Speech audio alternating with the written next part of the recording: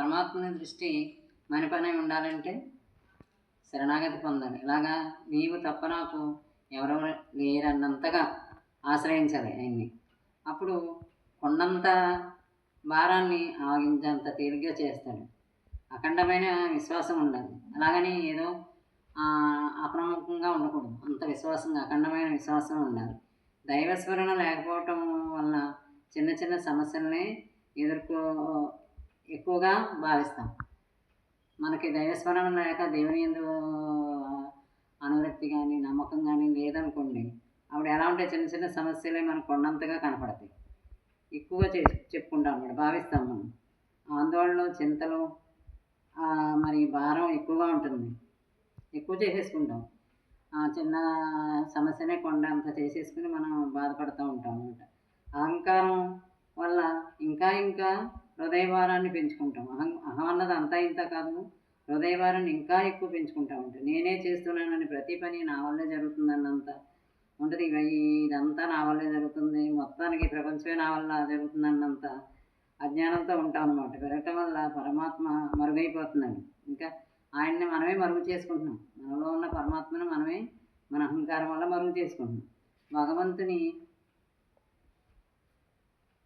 దివ్యశక్తి వల్ల ఇదంతా జరుగుతుందని ఒక నమ్మకం, విశ్వాసం, ఇలాంటి భావాలు పెరగటం వల్ల మనసు తేలికవుతుంది. అంతా ఆయన మీద భారం ఉంచితే మన భారం ఎంతో తేలికగా ఉంటుంది. భారం ఉండదు, తేలిక అనిపిస్తుంది అనమాట. ఆయనే చూసుకుంటాడు. ఆయనకే అర్పణ చేసి అలా అర్పణ బుద్ధితో ఉంటే మనం ఎంతో తేలిగ్గా ఉంటాం. మన భారం అంతా ఆయన మీద పెట్టి మనం తేలిగ్గా ఉండొచ్చు అనమాట. ఈ చింతల ప్రపంచంలో ముందుగా మన సంకల్ప శక్తి పెరగాలి. మంచి సంకల్పాలు పెరగాలి.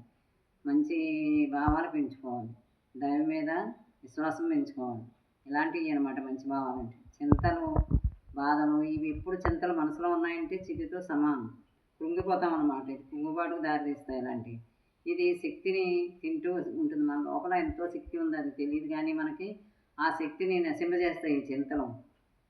నెమ్మదిగా నెమ్మదిగా నెమ్మదిగా మన శక్తిని తింటూ ఉంటాయి అన్నమాట. మరి భగవంతుడు తోడుగా ఉన్నాడన్న అర్పణభావం పెరుగుతూ ఉంటే నిశ్చింతగా ఉండగలుగుతాం. తోడు ఉన్నాడు, నాకు పరమాత్మ తోడున్నాడు. మానవులకు నిజంగా తోడంటూ ఉంటే భగవంతుడే కానీ ఈ భౌతిక సంబంధాలన్నీ ఇక్కడతో పోయి, ఇక్కడ కూడా ఏమో ఒకసారి ఒక్కొక్కలాగా ఉంటారు మనుషులు. అంత నమ్మశక్యం కాదు. పరమాత్మనే మనం తోడు అనుకుని ఆయన మనకి ఉన్నాడు అనుకుంటే ఎంత నిశ్చింతగా ఉండగలుగుతాం అన్నమాట. కష్టాలు నష్టాలు వచ్చినా కూడా తట్టుకునే శక్తి జ్ఞానం వల్లనే మనకు వస్తుంది. మరి జ్ఞానం అంటే ఏంటి? ఈ కష్టాలు నష్టాలు మనకొక్కరికే కాదు, అందరికీ వస్తాయి, దాటిపోతాం.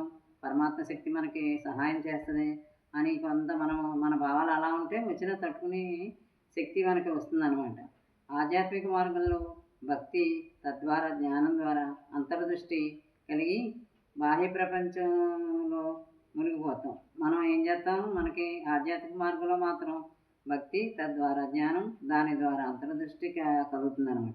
బాహ్య ప్రపంచంలో మునిగిపోతాం మనం. ఆ అంతర్దృష్టి లేకపోతే ఇప్పుడు ఇంకా ప్రపంచంలో ఈ బాహ్య మనకు కనిపించే ప్రపంచంలోనే మునిగిపోతూ ఉంటాం. మరి అంతటా ఆయనే ఉన్నాడని, దైవం తోడు ఉన్నాడని మనం నమ్మడం వల్ల, ఉన్నాడన్న నమ్మకం వల్ల మార్గంలో మన ప్రయాణం నిశ్చలంగా సాగుతుంది. ఎంత నిశ్చలంగా అన్నమాట అలా సాగుతుంది. ఎప్పుడు దేవుడిని తోడుపెట్టుకుని ఆయన ఉన్నాడని